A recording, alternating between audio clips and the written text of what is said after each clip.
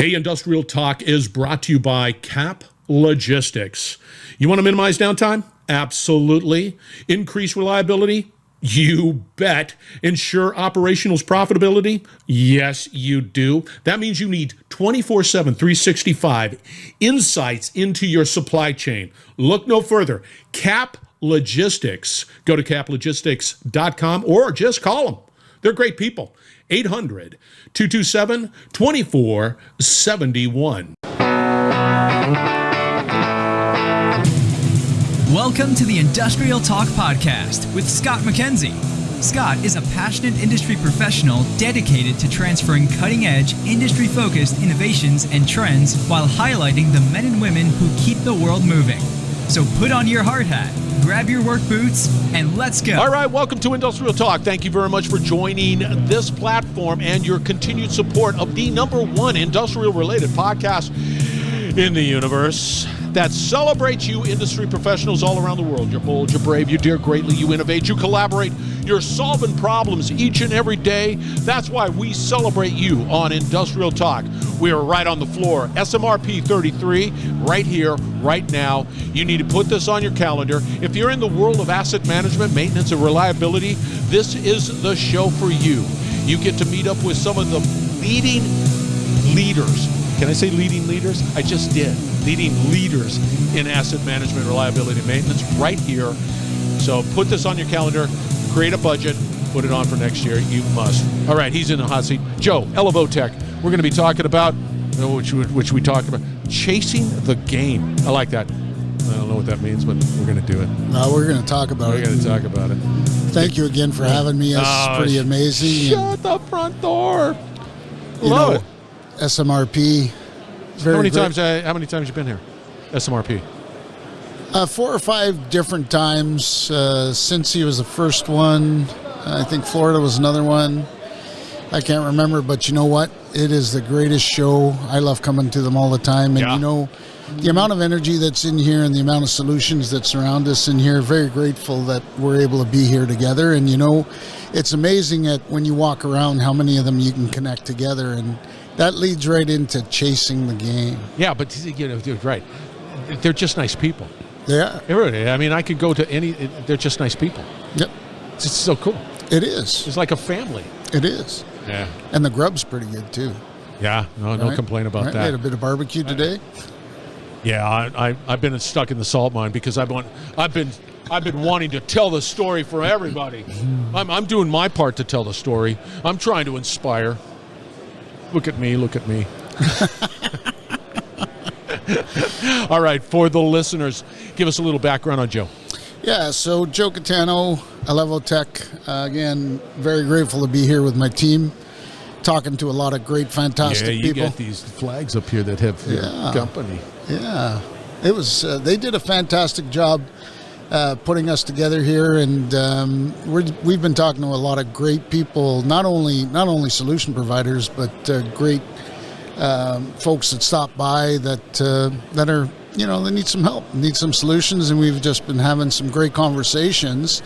And our focus is solution.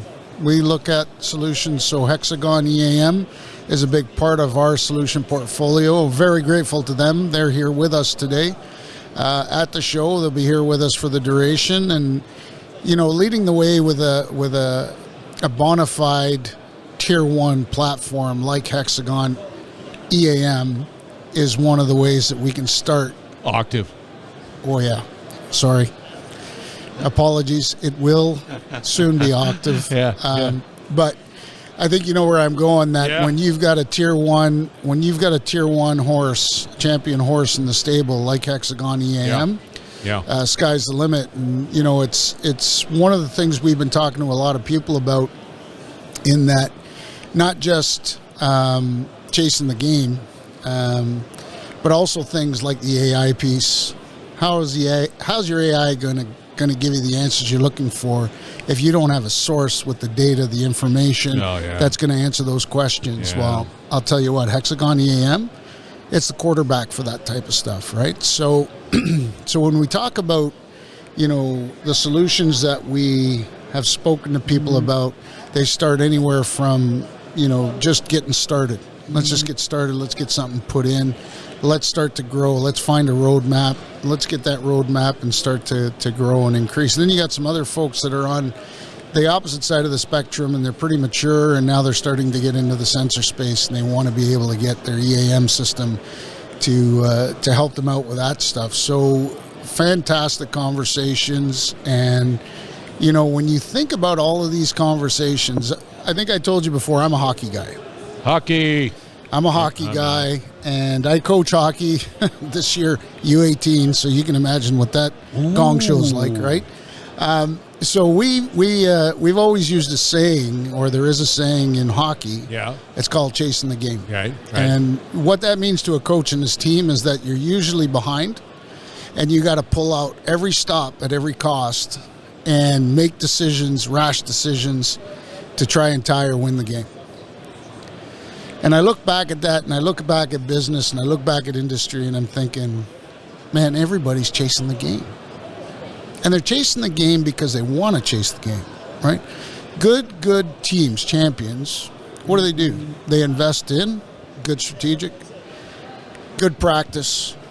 They practice, they figure it out, they close the gaps, and before you know it, they're a champion. Well, when you don't make that investment, and you continually just, run after the answer, it all falls apart.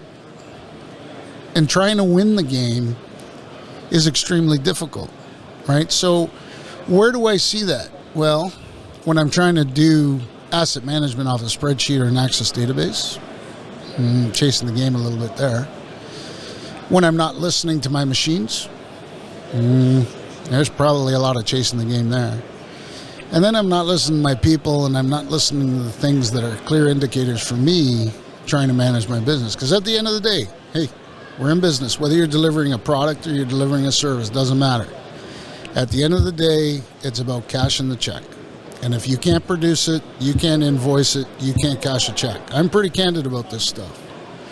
So being able to operate 50% off an Excel spreadsheet, I'm chasing the game. It's costing me money to do it.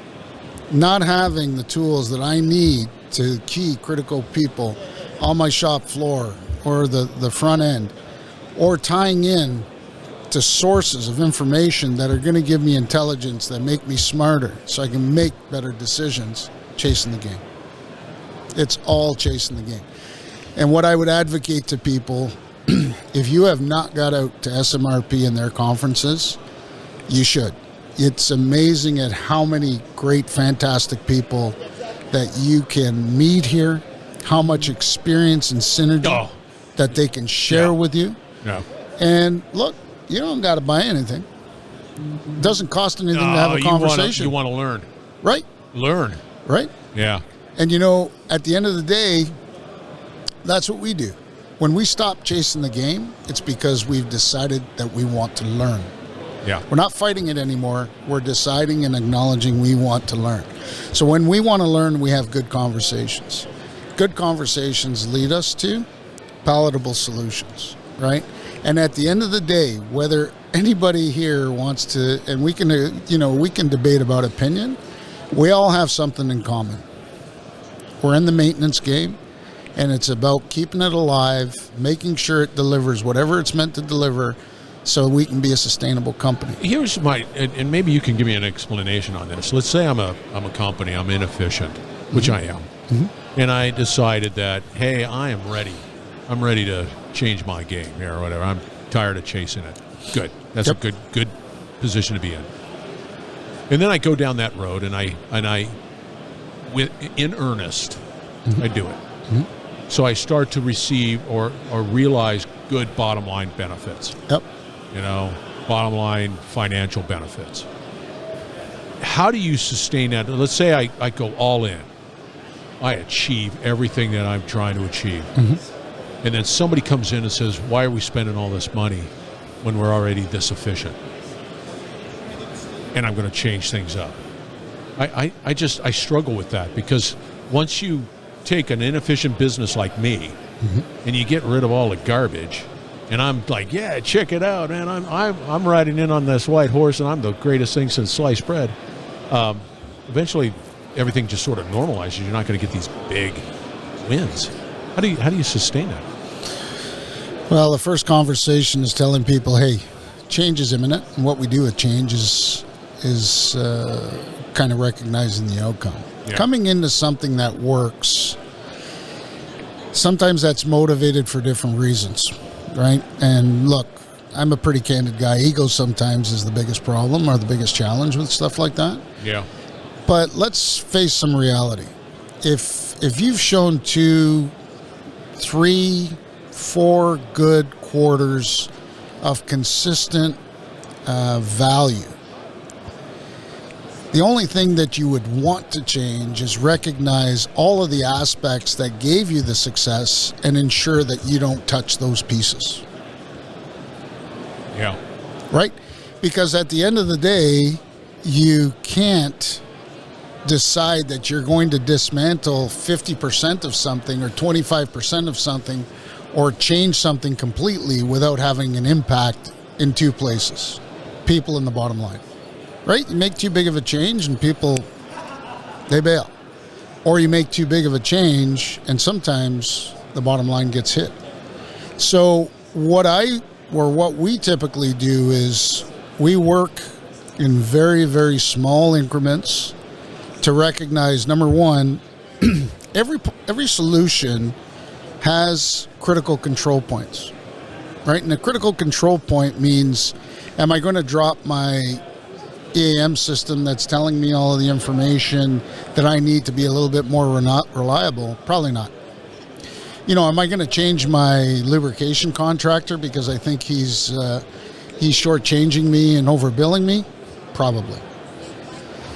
So it's important to recognize if somebody wants to come in and make that change, don't change it in a way that it's going to have negative repercussion, and especially if they haven't considered what the critical control points are their business, and they start to apply change to that, and that's sometimes cutting off your nose to spite your face, right?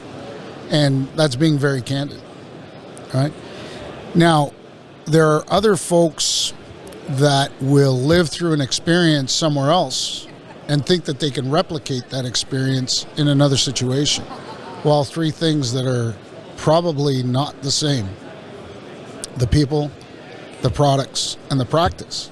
So, you may have had success at company A, you may have had the maturity level, you may have had the right products, and the mix of people that you had were probably like-minded, you had a good culture there. To think that you can just move on to the next business without assessing whether you have that in place to make change, maybe death by 1,000 paper cuts. Long-winded answer, but that's my opinion. Yeah, and I agree. And again, I've been doing this for many years, having many conversations, and it's just, it always gets down to that leadership. Mm-hmm. And what does your organization do? And this is another thing that there's always we have to use this system, and that nobody really is like, yay, we are using this. How do you ensure that what you do is delivering and people are like, yeah, it works? Do you stick around? And so I was telling some folks today, one unique thing that we do that I think differs with everybody else, and I call it the walk. We walk in and we live with it, and then we walk out when it's successful and it's live and it's running. And to do that, what that means is we need to walk in and we need to be business first. Because when we're business first, we're talking to the people that have the secrets. Because the priority, hey, look, technology is going to do it. It doesn't. So let's just park that to the side. Agreed. It's always the human equation. That's right. What it is. And the one reality is technology doesn't have a voice, so it can't speak up for itself. But when we come in and we prioritize the business, like we prioritize ours, we've picked specific products that help us manage our service side and service delivery. It's a full online, transparent collaboration with the customer, because when we talk to our customers, business first, they want a transparency, collaboration, and contribution. And we implemented those controls, and that's how we deal with our customers. So when we talk about implementing a solution, an asset management solution, it's really understanding the business. And our priority is to know the business better than they do. Because once we know that, when we do a shop floor walk, we're going to ask questions. And they're unorthodox questions. And they're going to be responses that people will generally let out a lot of the pain. There's a term that I use called business trauma. I think there's a ton of business trauma that people have been through, either bad implementations or bad management experience and different things. And they carry that baggage everywhere. It's everywhere. Yeah, right? It's a common problem. Come on. Right? Yeah. So when we learn about business trauma, when we learn about those pains, that instantly tells us what the priorities are on when the first cut of that solution has to make it to that end user. Because when they see that those aspects are not part of this journey, they change. Do you, because, way back when I was deploying systems, we would always, to do something like that, it was always painful. Because we would do as-is, to-be, gap analysis, and in our as-is process mapping, how do you do that? Let's get in a room, let's get on a whiteboard, and let's get all of the people that are there to hash it out. And then you just grind it. And that's where I found that trauma to exist. No, we do it that way. No, you don't. I remember that. And it becomes sort of a bitchy session because it's personal. Yep. But then you get everybody shaking their head in the right direction, like, yeah, that's right. And then you go into that. Well, how do you want? Let's go to that 2B side, and then be able to map that all out, and get everybody to say that's the right thing to do. Then marry up the technology to mimic that 2B, what everybody agrees to. You guys do something like that? Absolutely. And here's the one thing: we use a blueprint templated model. So very similar to what you've mentioned, our way of doing the as is the walk and talk. Then what we do is we come into a room, because we've got a little over 90 some odd asset class blueprints and asset types. And we sit down and we have a conversation. And that conversation is, this is what 2B is going to be. Right. Why can't it work? Right. And I think what happens is the conversation becomes less about this debate about whether I like the color of the screen or the field's in the wrong place, where it's like, oh, now that you put it that way, that might work. And that's the conversation we want to have, is let's show you that template, and you tell us why you think it won't work. Right. Because the minute you can tell us why it won't work, well, you just solved our gap. And that's the constructive conversation. And you have to have it. That we have to have. And people, it's ditch digging. Right? It is. It's just, there's no other way of getting around it. But it is, you can't deploy a solution and expect success without that sweat equity. Exactly. And you know what we find when we use that methodology is we'll get in a room, let's say there's 10 of those folk in there, and you position the conversation. Here's going to be your service request process. That's what it's going to do. You tell me why it can't work. Well, you may have one person put up their hand and say, well, I don't think it'll work because of that. And then somebody else will agree. You now got two. You got the first secret of the gap you got to close. Because now what they do is they start to work together to actually identify the change that they want to see the final outcome and the impact, and their ownership is there. Yeah. Some of the old traditional methods were, okay, let's draw it out. I think it kind of needs to look like that. Well, we'll have to try it. Right. So let's do it a different way. This is how it's going to be. You want to take it for a test drive? And we need to adjust something. Okay, we'll adjust it. And then we'll get moving on it and move on to the next thing. And we found that the adoption of the solution is better because they're a contributor. Yeah. And that's what we need to do with them. They got to be contributors. You're absolutely spot on. Chasing the game. It was all. That theme was sort of threaded throughout that whole conversation. Joe, how do people get a hold of you? What's the best way?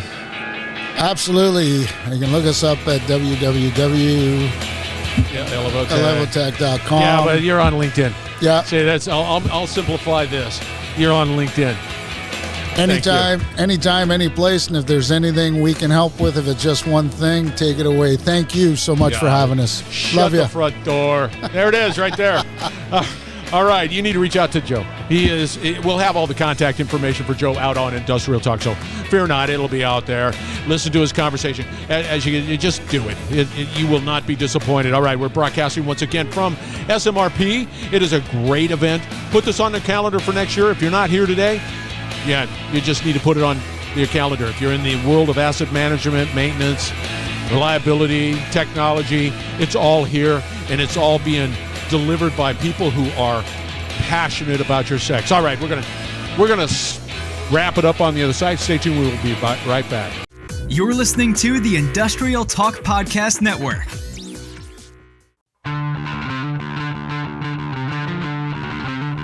Another smoking conversation from SMRP this year. I think it's SMRP 33. Smoking conversation with Joe. Elevotec, the company, talking about chasing the game. Love the analogy.